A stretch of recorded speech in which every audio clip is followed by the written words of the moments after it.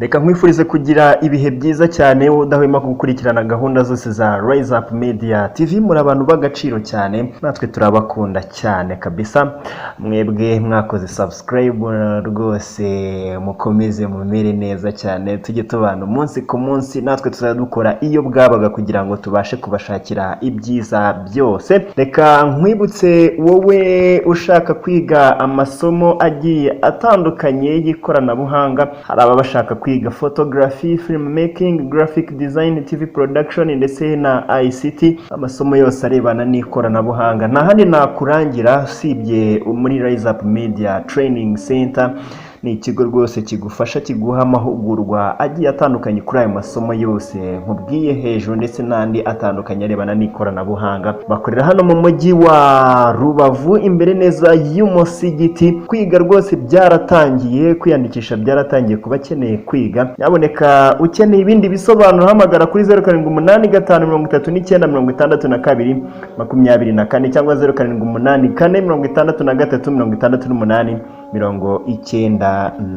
0784636896. Yes, kuri uyu munsi rero tugiye kurebera hamwe cyangwa se tugiye gusobanukirwa n'inkomoko yo gutera ivi bigezweho mu bakundana. Ni kenshi abasore n'abakobwa bitegura kurushinga, bose ni kenshi cyane mugenda mubibona ahantu hose hagiye hatandukanye, aho umusore kugira ngo rwose nawe yigaragaze umuntu ushoboye rwose ufite gahunda, arabizi ko avuga ati reka umukunzi wanjye mutere rivi, mu propose, musabe ko twabana. Abantu benshi bagiye babivugaho bigiye bitandukanye, harimo ababyemera, harimo abatabyemera, ariko umuntu ashobora guhita yibaza, ese koko ibi bintu byakomotse he byo gutera ivi byateye?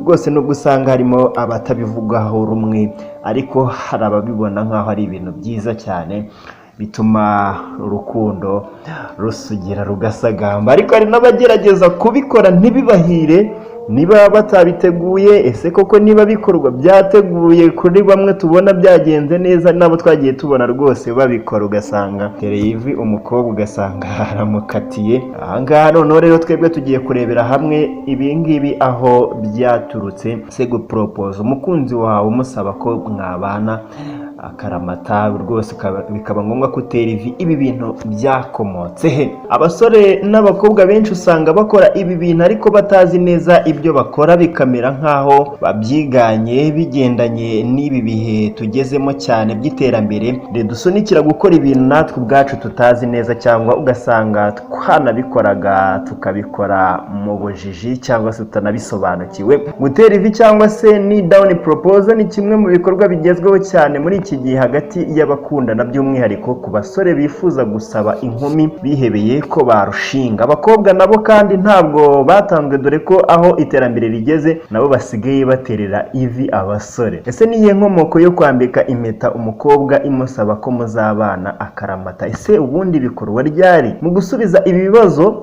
twifashishije ibinyamakuru bigiye bitandukanye, ndetse tunyarukira no kuri Wikipedia ndetse hamwe n'ikinyamakuru cya brides.com. Rwose byagize gutya bidutegurira inkomoko yo gutera ivi, kimwe mu bikorwa bigezweho muri iki gihe cya none ku bakundana. Natwe rero nka Rise Up Media ntabwo twatangwa, tugiye kubibagezaho rwose uko byakabaye. Gutera ivi rero ni ibintu byabaye kuva kera cyane, ahagana mu mwaka wa 2600, ubwo ni mbere y'ivuka rya Yesu Kristo, mu gihugu cya Misiri, ubwo ni muri Egiputa. Murabyumva neza cyane. Bwa mbere umwaka wa 1867 mu mujyi wa Cape Town wo muri Afurika y'Epfo, bamaze kuvumbura ikirombe cya Kambali. Nabwo byatangijwe n'abazungu bashakaga uburyo bwo kwamamaza zahabu zabo, bifite kandi ubusobanuro bw'ikintu umugabo yakorera uwo yakunze, urukundo rw'agahebuzo, yifuza kuzabana nawe ubuzima bwe bwose. Warm to symbolize a lifetime's promise of love and commitment, the engagement ring is the most meaningful gift a man will give, a woman will receive.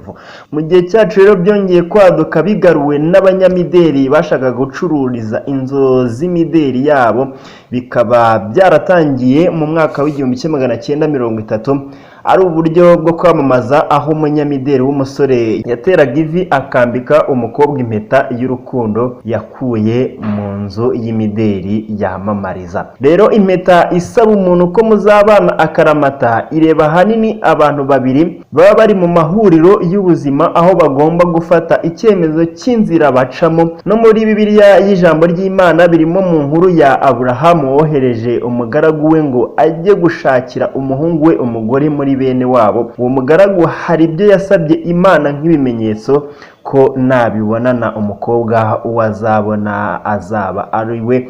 Niko rero ibyo yasabye Imana yabibonanye umukobwa Rebeka, nuko ahita amuterera ivi amwambika impeta. Iyi nkuru iri mu Itangiriro igice cya 24 umurongo wa 22, aho ivuga ko uyu mugaragu yafashe impeta y'izahabu, kuremera kwayo kwari nk'igice cya shekeli n'ibimeze nk'imiringa bibiri byo kwambara ku maboko.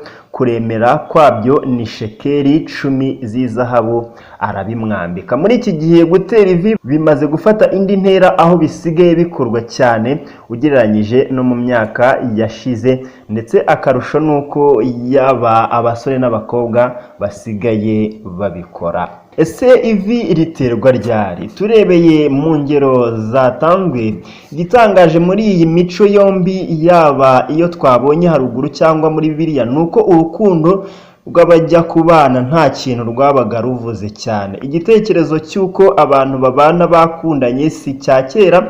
Mu mico itandukanye iri ku isi, abantu bararongoranaga kuko iwabo babahitiragamo cyangwa ku bw'izindi mpamvu zitandukanye. Uyu munsi rero umusore arikundira, cyangwa se twavuga kwihitiramo umukunzi, akirambagiriza, akishimira, akanisabira nyir'ubwite mbere y'uko agera ku muryango. Aha niho wagateye ivi cyagiye uba usaba umuntu ko muzabana, kandi kuko uba utizeye ko ari bubyemere, ukwiriye kubikora witeguye ibisubizo bibiri: yego cyangwa oya.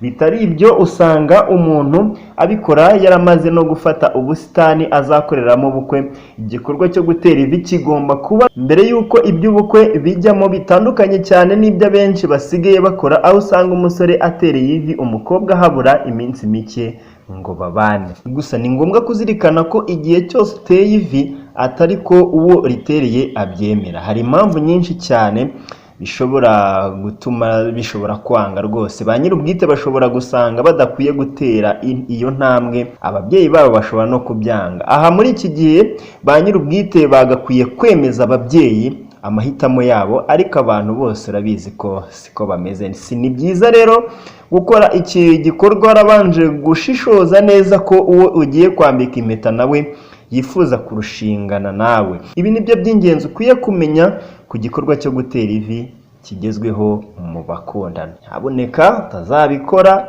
rwose, ugiye gutera ivi ugasanga haragukatiye atari yiteguye. Ni ngombwa kumenya ko rwose nawe yiteguye kuba yabana nawe, ubundi ukabikora mukarushaho kuryoherwa n'urukundo rwanyu. Reka mbashimire cyane. Iyi ni Rise Up Media TV. Utarakora subscribe, kora subscribe, dukomeze tubane umunsi ku munsi.